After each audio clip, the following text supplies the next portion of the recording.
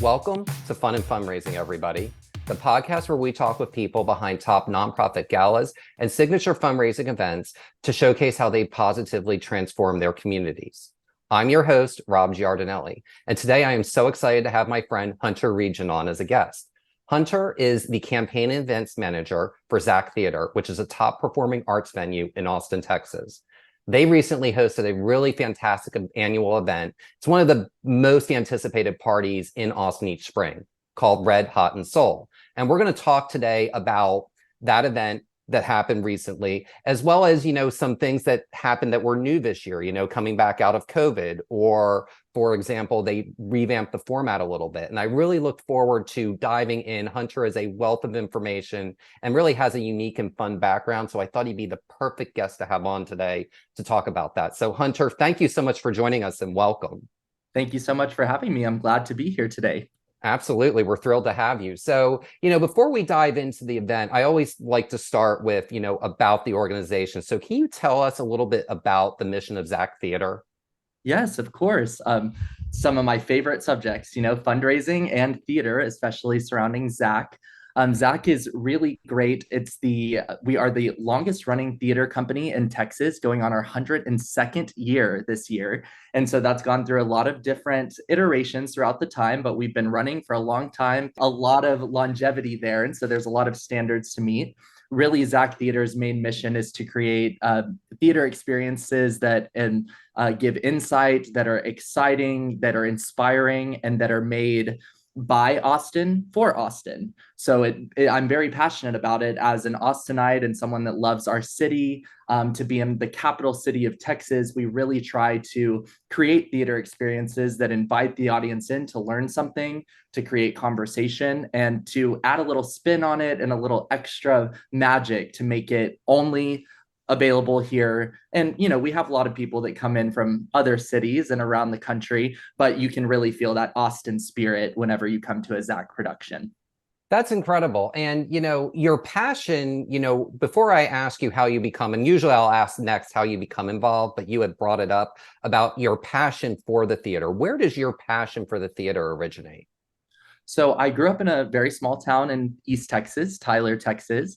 And there we had one of the oldest theater in the rounds in the country, the Tyler Civic Theater. Just a little shout out to my home theater. And so at a very young age, I was, everyone was around doing sports or hunting. Yeah, hence my name Hunter. It goes very much with the Texas vibe. Interesting. And so I found such a comfort and a level of explorative creativity through the theater, and getting that opportunity to learn really set that, acting bug and performer bug very early in my life. I grew up as a gymnast and loved being in shows because they would always have me flip and twirl and do all the fun things. So I found a love of theater very early. And then moving into my later career, I had a lot of different choices of pathway, and kind of in the midst of deciding where to fit theater into my life, it became very clear that I had the skills needed to turn this into a career in the producing, fundraising, administrative side, while also still getting to be involved creatively where I can, or at, other organizations, things like that. And so it's been this beautiful journey from that initial falling in love with the art and what theater does and creates community and inspiration, and into something that became a reality in a career sense. So it's been a lifelong love, and I'm excited to explore it as I continue in my career, especially in fundraising. Absolutely. And, one thing, that you and I have had conversations about before is I think your journey of how you got to Zach Theater is one of the most interesting personal journeys I've ever really encountered, certainly on this show and really more broadly. Fabulous. And a lot of that is that you went to another market and then you came back to the state that you're originally from. And I think there's a lot of a perception out there that in order to be successful in theater and the arts, I have to go to New York and I have to be there my entire career. And you're still a relatively young person. You really show that that is not the case. So I'd love for you to share a little bit about how you became involved with Zach and your journey of how you got here. Love to share that journey, and thank you so much for those kind words. So, my journey with Zach began as an undergraduate at the University of Texas. I was the head cheerleader on the co ed squad. So, I was experiencing a different type of performance at that time. 110,000 people coming to the games and being a part of that community very much plays a similar role to theater in performance and community and inspiration, teamwork, that sort of thing. But I reached out to Dave Stakely, who is our artistic director at Zach. We both were in the same honors program, the Plan 2 honors program at UT Austin. So I had gathered some information about his history and realized that might be an in, somewhere, some way to get into this theater world. So I cold called him until he answered and Persistence, love it. love that persistence and resilience. Even when you may not get an answer the first time, you just keep showing up and keep showing your passion, and finally got in the room with him and was able to expand on my journey and what I was hoping for and wishing for. And we immediately connected, and he offered me to come in as an assistant with him on Mary Poppins, which we were doing that summer. I believe this was the summer of 2015, I believe. And then I auditioned for the show. I actually got into the show. So I was flipping and tumbling and lifting our actors all over. So cheer and theater have always gone hand in hand for me. And then I was able to be in a few more shows at Zach throughout my undergraduate career that were very, very special and really opened my eyes to what professional theater is versus growing up in a community theater. And so I graduated from college, was really looking for that next step. What was I going to do? Where was I going to go? How was I going to make money? And unfortunately, there's not a ton of performing opportunities in Austin, particularly. And so I was trying to bridge that gap. Where can I learn new skills from my time in college, which I got a directing degree from UT Austin? And so definitely in the creative sense, but from my honors program world, the liberal arts world, I had this other understanding of skills. And so I was at this place. What do I do? What do I do? And so I landed on the idea that I was going to take the LSAT and go to law school. And so I did that whole process. I got into SMU law, got into Baylor law, and was so excited. But then I got a great call from a mentor of mine, longstanding faculty member at UT Austin, Natasha Davison. And she said, I have a once in a lifetime offer for you. There's a producing team in New York working on a new show called The Prom, and they're looking for someone to come in. And we think you're the perfect fit. Can you move on Saturday? And Oh so my, this wow. was like Monday, and the offer was like starting on Saturday of that year. And so I had to make a very, very quick decision. This is earlier in that year. And so I was planning to go to law school in the fall. So this was like, okay, well, maybe I'll go. Maybe I can, defer law school or something. And so I just decided to go for it. I decided this was the once in a lifetime chance and I needed to go make my mark in New York. And so I came in sort of as a lower level assistant basis. And then within that first week, sort of made my mark and was offered a full-time position onto the team for The Prom as a producing associate. And then I continued on with that journey into joining the team at Global Creatures, which is the team that produced Moulin Rouge on Broadway, as well as their global takeover of 6 or 7 productions now. So it was a lovely, lovely opportunity to move to New York and learn something else, because I just at that time didn't have the right skills to fit at Zach. Other than being sort of a creative assistant or a performer, growing as a leader was kind of, I was kind of plateauing there without going to get that extra knowledge and information that I needed. And so I always had in my head that, my family's here in Texas. I had a great community here in Texas, but I needed to go learn and get something and maybe bring it back in lieu of going to grad school for, a development position or going to grad school for my MBA. I thought, well, I could use this time to really go and explore what I can do and how far I can push this career and really learn. So that boots on the ground in New York really just got me to step up, right? I suddenly became a professional. I wasn't someone who was kind of outside looking into this amazing career that was about to blossom. I was actually in the career that was blossoming, and it felt so fulfilling. And then the heartbreaking piece came right around when COVID was happening. And so I kind of had to make this decision between staying in New York, where I would be in, my shoebox apartment alone, no community, working on the shows because they were still existing, but they just weren't on. And the fun part about Broadway was that you could finish your hard day of work at the theater. There was just Right. this sense of, I keep saying the word community because it's so important to me. And so once I found that community in New York, it was hard to step away. But when that community sort of dissolved, I was like, okay, plan B, what is it? And so immediately my brain goes to resources, and that was Zach Theater. So at that time, there was a big staff shift due to COVID. There was some furloughs and things. So there was a little bit of downtime between the two. But I officially started on their development team in September of 2020. So it was a really crazy time. And sort of wanted to understand, I started to learn about for-profit fundraising, right? Like for Broadway shows, they exist as an LLC. So when you're raising money, you're bringing investors on to this parent company.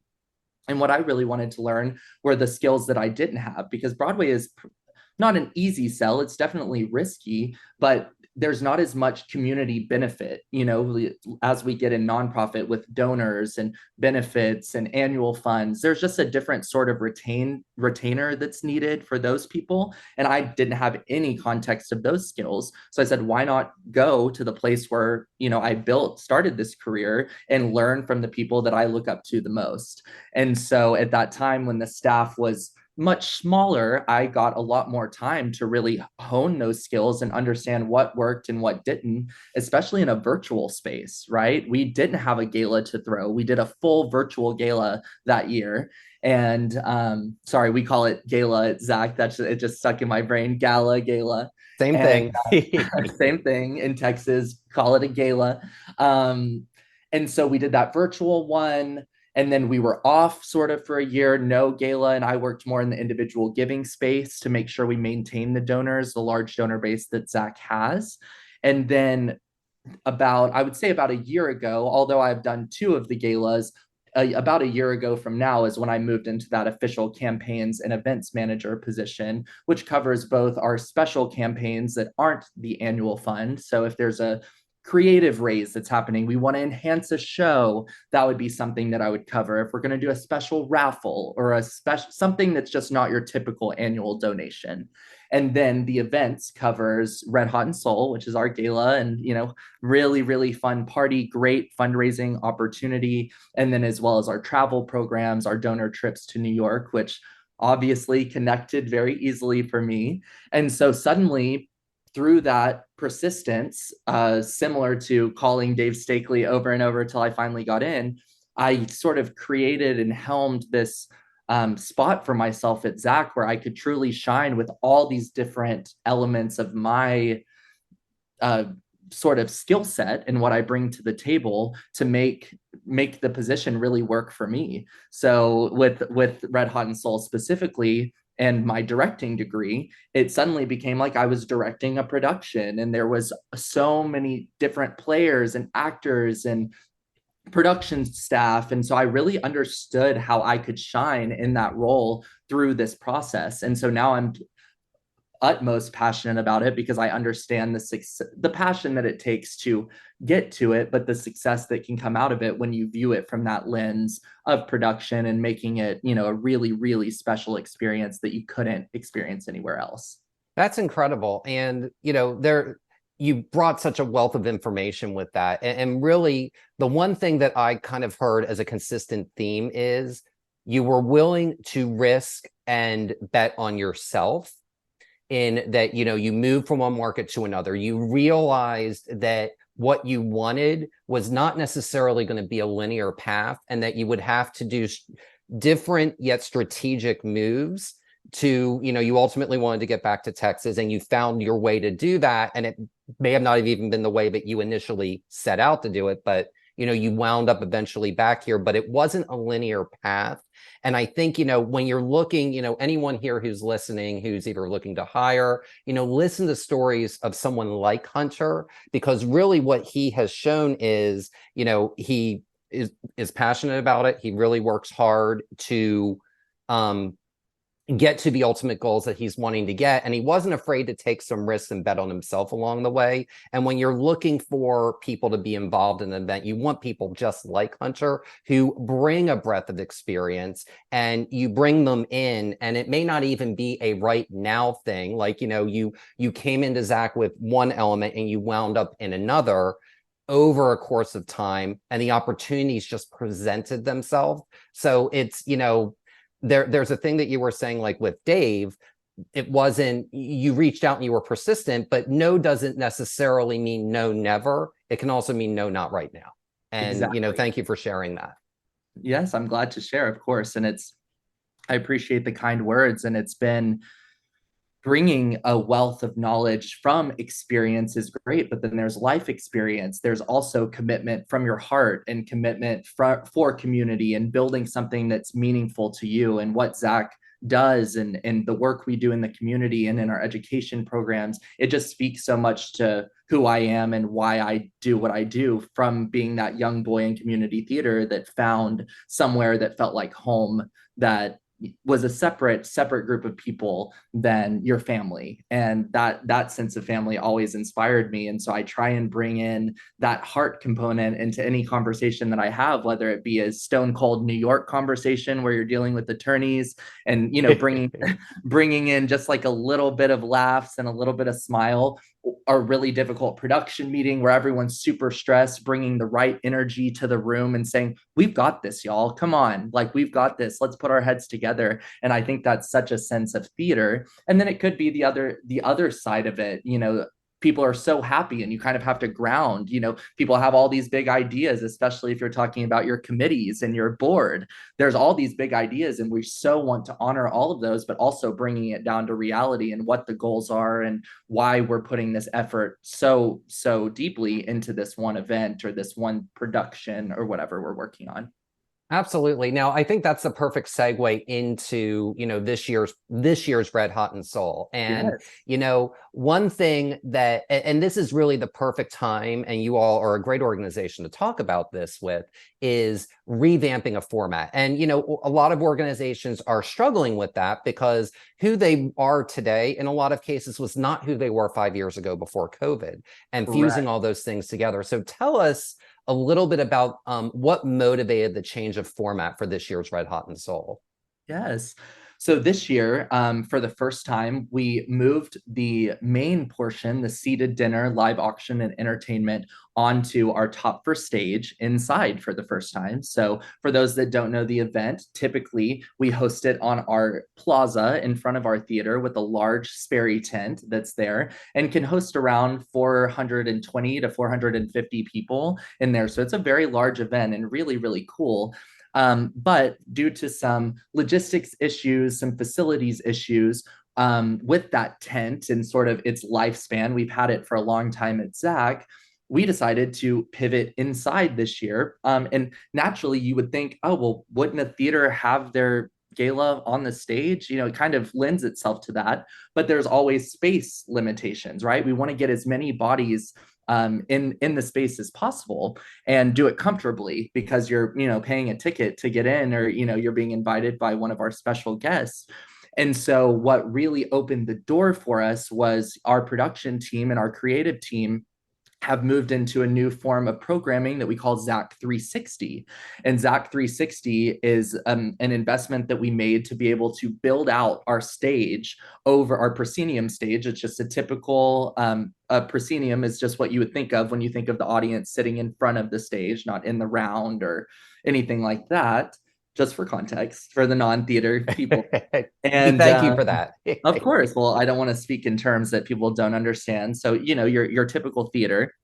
We were able to build out the stage over the first 9 rows of the seats. And so that it expanded our square footage by an insane margin. We were so excited to have that in our wheelhouse, and we knew that it was something we could employ if we ever needed it. And so if anyone that's listening has been to Zach in our last season, we produced The Sound of Music, and we employed on-stage seating for that. And we had beer garden tables surrounding. And so that was our first foray into on-stage seating at this level. And so with that extension from Zach 360, we were able to fit the amount of tables that we needed on the stage comfortably. And we said, wow, like this is something that's truly incredible. It's a one thing about having the tent production, the tent gala, is you have to hire a separate sort of production team because it's not inside our walls, it's not inside our theater, it's outside. We build a truss, we have these large LED screens. And so one really cool thing with our budget is we were able to move people inside and then do what we do best, is put on a show in our theater. So we were really able to use a lot of our inner working production team to make it shine on a different level, because we weren't having to speak a different language to maybe an event manager, an event company. We were talking to our own production team. And so it really brought in this really fun sort of continuity with the level of what our productions typically look like. And not that the tent has ever lacked that at all. It's just some people have never been on a stage ever. And so to step on stage and be like, oh, this is where I've seen all these shows, or I've been inspired, or I've had great conversation, and to be a part of that, it just lends itself to this really genuine experience that I think out of all the feedback was all positive, and I think there are some things that we can improve on. But for the first year to move it after 12 years in this one certain format, especially just not in the format of the event as a whole, but the location, I think it was very successful, and I'm super proud of the change. That's exciting. Now, you talked about, obviously moving it in the space. Talk a little bit about maybe some new programmatic elements that you were able to kind of incorporate, because you had this new space and you had this different space, and how that not changed, but how it put a new spin on the event. Of course. Well, and when I'm thinking about the event, I put it in three specific boxes that we go throughout the night, right? There's three sort of spearhead events. And so it starts with a cocktail party. And so that's cocktail party with entertainment. And that's throughout. And typically we have it out in our lobby, and we have a nice lobby at SAC. And then we move everyone to their seated portion. That lasts for, however long, with the dinner, the live auction, entertainment throughout. We always have our students perform from our lovely pre-professional company, and always brings everyone to their feet, and always inspires, to know why we're doing it. One thing at Zach, we never turn away a student for a financial issue. So our scholarships, all the scholarship money coming in, we're able to ensure that everyone has access to this work. And I love that. So just mentioning that. And then we move into a great after party. So one thing that I loved about everything being inside was actually being able to control the flow a little bit more. Coming in typically for the cocktail party and then going out to the tent, people are just starting to get into their conversation. The voice of God comes over the top of the mic and says, please move to the tent at this time, and no one sort of moves. You're like, oh, okay, well, how are we going to push all these people out? Because we're on a pretty timed schedule to make sure that the food comes out hot. It's a dance. It's a very delicate choreography, and that's where my director comes in. And so this year with the change, we were able to take some of the entertainment that was inside of the lobby in the cocktail hour, started out there, and then actually invite people through the performance to come and join us in the theater. And so one big element of my excitement for doing this was when we were moving into the theater, we could create a truly wow moment. It's like when you walk into a space, and I get this very much from my time working on Moulin Rouge on Broadway. We spent so much time with that initial opening moment when you walk in that you're like, I just stepped into a new space. It's gasping. You're so excited. And I just had this vision, along with our great chairs, Don Gauger and Max Judd, to have that wow moment. And so we started an entertainment outside. We invited people through the song. We did Janet Jackson's Escapade. Oh, and we fun. did an escapade right into the theater, where we had aerialists hanging from the ceiling on gorgeous silk. And the flowers by David Curio were just immaculate. And everyone, people were just stopping and staring in awe because of this wow moment. It just, to me as a theater person, and when we go back to the mission of creating these exciting theatrical experiences that ignite and excite our audiences, that I saw that in practice right there. And so there was a little bit of a flow issue just because people were stopping to take it all in. But then when they finally got on stage, it moved around. And then with some of the programming throughout the evening, we thought, this is one of the challenges, is that when you're on the stage, there's sort of a sound barrier around your ear, and any actor might know this. It's sort of hard to hear because the ceiling goes very, very far up. It goes, an entire unit up of what you can see in the proscenium, and then side to side it's pretty far, so that sound control was a little bit more difficult. But we used a lot of visual aids throughout the theater. We had screens on each side, as well as our risen stage at the sort of the back wall of the theater. So whichever way you were facing, you could still see what was going on. And then we created performances that were able to be moved throughout the space. So you wouldn't have to turn each time to the stage. You might have a performer within a foot from you. So they all presented new challenges and new exciting things to think about. But I think overall, it was successful in the management of the flow and the management of the wow factor, and everyone sort of receiving that wow factor at the same time. And then that the genuineness of being on stage for the first time was really, really exciting for a lot of people. That's really incredible. And I love how you explain, the entire experience. And, I've had the good fortune of going to it several times. And what you all are able to do, you all always do create a wow moment. A lot of that, is because of the incredible floral that David Curio does and is known for. He's incredible. One of a kind guy. The other thing that you all have always done really well, and I noticed that was done again this year, is you do a really good job because of the theatrical performance of keeping the audience engaged. But there's other subtle ways that you do it. Like, for example, you all were the first, and you all have been doing this for at least a decade, where when you do the live auction, when someone wins, the theater company comes to the table of whoever won, poppers and streamers go off, champagne is popped, so that the winner has that. You make it a thing. Talk about that, and, just some other good ways that you can keep folks engaged and your audience engaged throughout a program. Great. Yes, I love this. I love this about Red Hot and Soul because we kind of kick it off with this excitement, because when we move into a live auction, there are people that are going to be involved. There are people that are not going to be involved. So I'll just tap on the dancer portion and then move into a few others. But yes, that engagement of the entire audience to make it exciting when someone wins something is really, really cool. And the way that we employ it is to make sure that focus is always being taken to the person who's obviously bidding. And then sometimes we'll even do it for the second. It's not always just the winner that gets a celebration. We're thankful for anyone that's willing to give us that amount of money or those things. And so it keeps people engaged and excited, and it's so unexpected. So what we did this year was we had four professional dancers who are entertainment. They were part of the performances, but then they were also the streamers, the streamer throwers.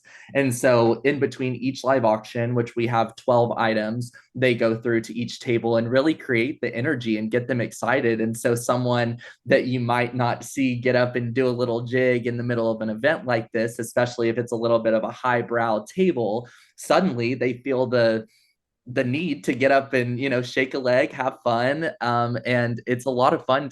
One of my favorite parts is to see the pictures after, and some of my board members and people that sometimes are not quite as enthusiastic about maybe that attention on them suddenly love it, and so it kind of flips some of those on their head. Another thing that really helped us this year to keep the event going was we did not want people having to get up and go get their drinks over and over, right? We're in a dark theater. It's already packed. Like, we wanted to make sure that once you sat down, you were sat down and you felt comfortable and you could ask for anything you need. So we worked with our catering company, Flavor Catering, here in Austin, which was also another change this year. It was our first time to work with them. And they just did a great job of splitting the room room with two teams. And so we had team A and team B, and you didn't cross paths there. So team A is working on their set of tables, and every single person that needed a refill on their drink or another cocktail, not even just wine service, full cocktail service, was so helpful, because then people aren't thinking like, oh, when can I get up and get my next drink? Or when is this going to be over? I want something, I need to do something. We didn't really give them an opportunity to. We just kind of barreled through it. And we had one of the shortest entertainment dinner live auction moments than we've ever had before.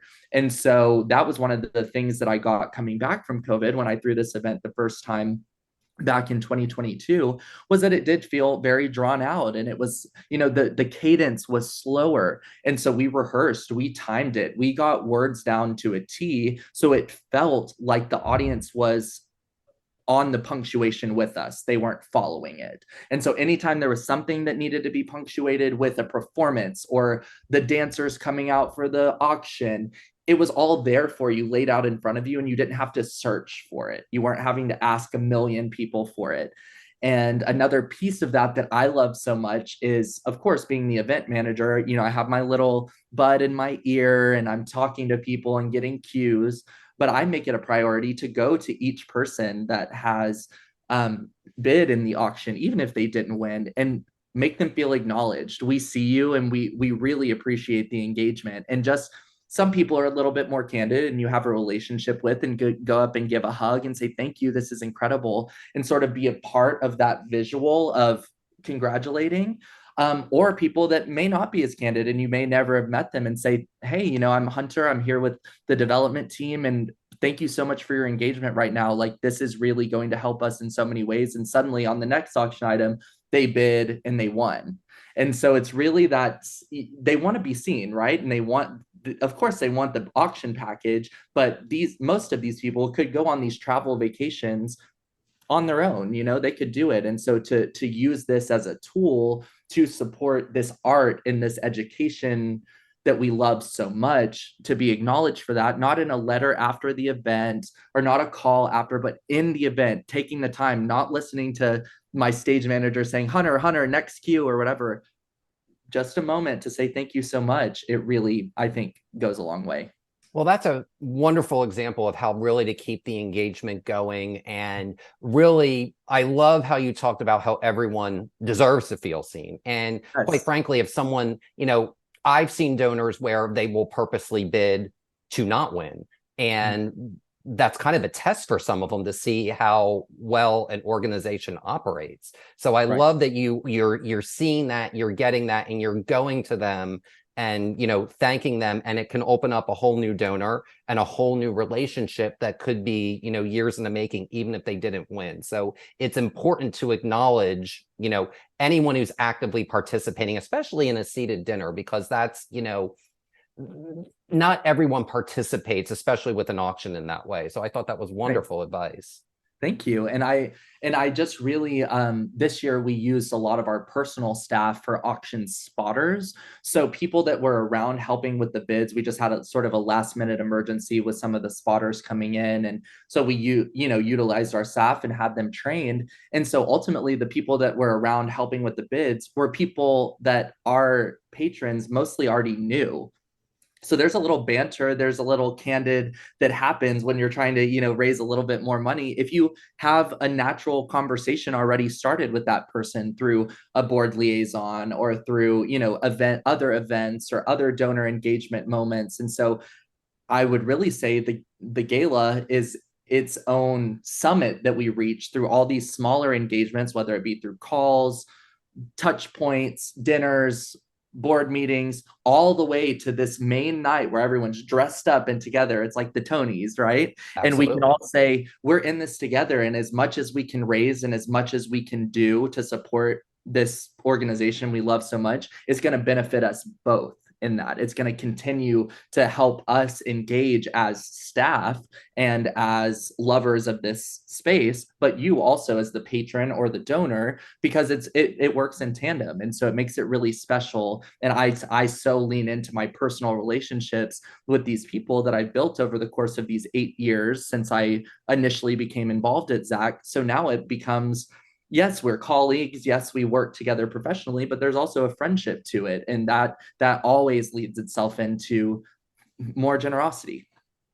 That's amazing. That's a great, thank you for sharing and clarifying with that. And speaking of ongoing engagement, I know it's a little early, but Mhm. can you tease at least one little thing about what's going to happen at the 2024 Zach Theater Red Hot and Soul? Yes, well, right now we are under a new managing director. The wonderful Jamie Herlick has joined us from the Seattle Rep Company, and Jamie is a gala queen. She knows so much. She has a wealth of information, like we were talking about earlier, and she has such an attention to detail with verbal, what we say and why we say it, and what the narrative is surrounding what we're doing. Is it just the biggest party, the hottest party, or is the fundraising at the heart of it? So I think, we're getting together, we're really working with our committee and a task force, because this event has run in one way for a long time and we've set a standard for what that is. So we're going to continue meeting that standard, but what we can incorporate from the feedback we're getting, we're doing a very intense, not intense, but a very overarching survey surrounding what worked and what didn't this year. And I think we had pretty general consensus on a lot of the feedback. So where we can find that consensus, shifting into that to make it even better than the standard that you were expecting. And so what I can tease is that we're taking in that feedback and really putting a detailed eye to it and a huge magnifying glass in this time of transition, because with new leadership always comes new energy, right? And so I don't think the overall format will change too much, but I do think that I can tease just a few changes that will be very, very exciting once we unveil them. But they're still in the works. And the thing is, it's always like a production in I wouldn't call it flux, but in evolution until we get into that time where everything's locked in. So I'm very excited to see where we land with a lot of these conversations. Well, Hunter, I hope you will come back, next spring to talk about the 2024 gala and kind of how, how that process evolves. You did such a wonderful job today of really just kind of highlighting how you really went about revamping an event, but that the revamping doesn't just stop after 1 year. It's a continual thing, and how feedback is just so critically important to that success. So I can't thank you enough for taking the time today. Absolutely. And just one parting advice is, I would say committees on these events are so important. Lean on your committees, trust your committees, work with them, have that open dialogue to have this feedback and this change, and always ensure that value from the feedback of your committees is so important. I just want to shout out to my fabulous committee on Red Hot and Soul, because they're always there doing their best to make it a really great team effort. And I just so appreciate that. So thanks for having me today. I really appreciate it. Thank you so much, Hunter. And for more information about Zach Theater, visit zachtheater.org. And that will do it for this episode of Fun and Fundraising. I am your host, Rob Giardinelli, reminding you to keep it fun, keep it interesting, and your guests will have a great time. Have a great day, everyone, and take care.